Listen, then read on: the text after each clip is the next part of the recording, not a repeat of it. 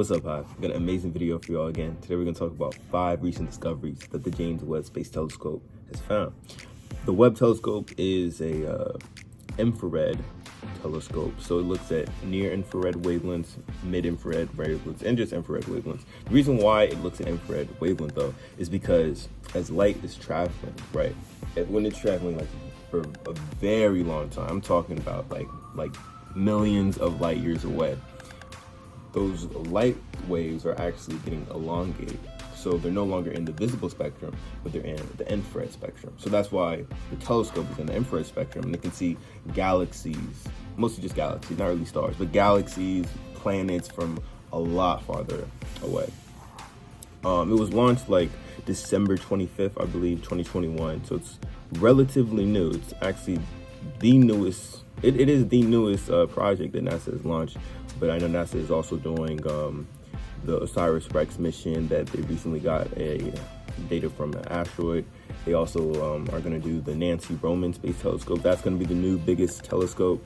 I'm going to do a video on all the telescopes that NASA is doing. But basically, if you know Hubble it was one of the biggest space telescopes, astronomy, astrophysics telescopes, because it could see like those far, it was an infrared telescope, you could see those far wavelengths, those far galaxies.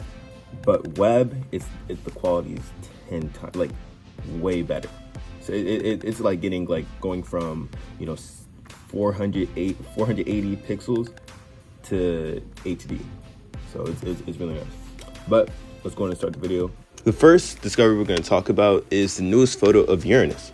So just to give some history, the first close-up image NASA ever got of Uranus was from the Voyager 2 mission that was headed towards Pluto, and that's the satellite that you see right here. The picture that I got was like this pale blue, almost teal image of Uranus. But when you look at the new picture, and this is a comparison from the old one to the new one, you can actually see some of the Zeta rings. You can see some of the closer planets. In the next photos, you'll see more. But it's a lot more vibrant. The James Webb Space Telescope got a lot more vibrant. And you can actually see the rings. That's something you can't see. But there, on that picture, you can see some of its moons. You can see some of the bright storms that are on Uranus. And just some fun facts. Uranus actually spins on its side. And its next solstice is in 2028. So it's pretty cool. Next discovery was a possible aurora that's found on a isolated brown dwarf. Before we can talk about that aurora, we got to first figure out what is an aurora. So an aurora happens when the sun's emitted particles and energies rammed against the magnetic sphere of the Earth, and it's usually in the form of coronal mass ejection that you just saw on the screen.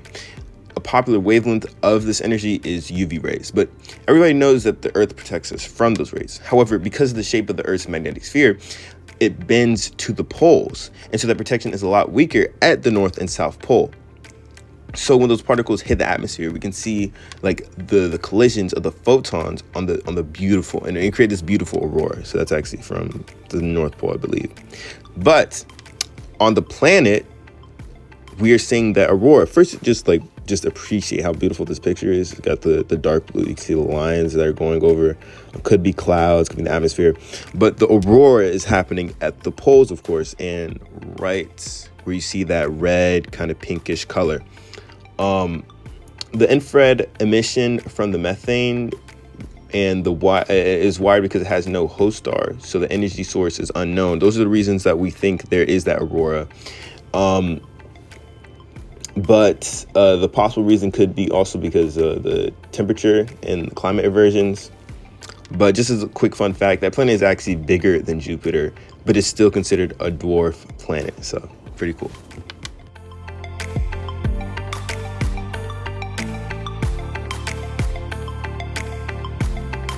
So for our third discovery, we have dusty cattails in the Beta Pictoris system. And yes, that sounds wacky, but it's real. So the James Webb Space Telescope pointed at the planetary system around the star Beta Pictoris, where it discovered the composition of its debris disk and a dust trail resembling a cat's tail. And so this is the first image star to have a dust disk. And the two disks surrounding the Beta P are two different materials with two different temperatures. And the secondary disk is hotter than the main disk. just some quick fun facts. The planet system is 63 light years away, and future research involves discovery of why the disk is shaped like a cat's tail. So, and there you can see on the diagram, that's why they call it a cat's tail.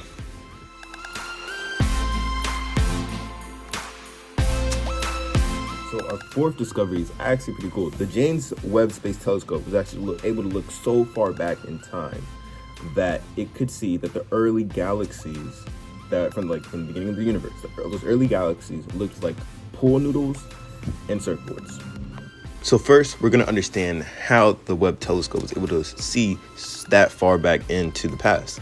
So because the things in space are so far away from us, it takes light a very long time to travel to us on Earth. Hence why the farther we can see, the farther away it is from us, and the older it is relative to our time. So when you're actually looking at a star, you're looking at that star how many light years it was away from us, right? Because the light takes so long to get to us. So using the images from the Cosmic Evolution Early Release Science Survey, it estimated 600 million to 6 billion years old photos. And the researchers determined the oldest galaxies look like surfboards and pool noodles. And that's what you can kind of see. Those are the pool noodles. And the surfboard is kind of like that flat disc that you see. So it's a more narrow disc. Scientists are able to study these far images because the James Webb Space Telescope uses an infrared spectrometer, which collects data of light waves that lose energy and goes through diffraction of the expanding universe. And that's kind of what I was talking about at the beginning of the video of why it's so important to use an infrared spectrometer.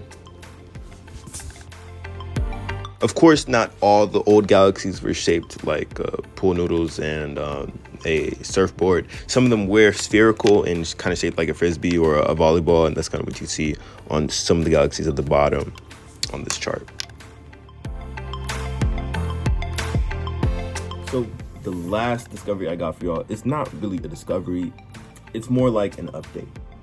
So the Webb telescope was able to look at the structures of 19 nearby spiral galaxies that we've already seen, but they were able to, through an algorithm, of course, they were able to update these pictures that we have. So now we can kind of see like so much more vibrant stars inside these nearby galaxies. So it's really cool. I got a collage of all the 19 of those galaxies coming up, and then that's gonna be the last discovery.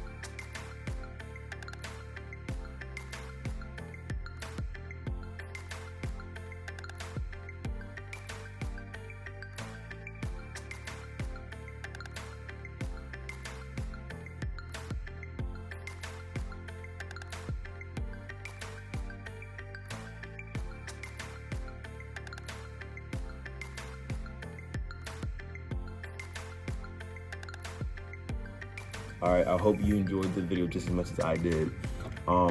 There's probably going to be more videos like this where I give updates on telescopes that are happening, most likely Webb telescope, but maybe even updates on maybe when the Nancy Roman Space Telescope comes, maybe give an update on how the OSIRIS-X mission was going.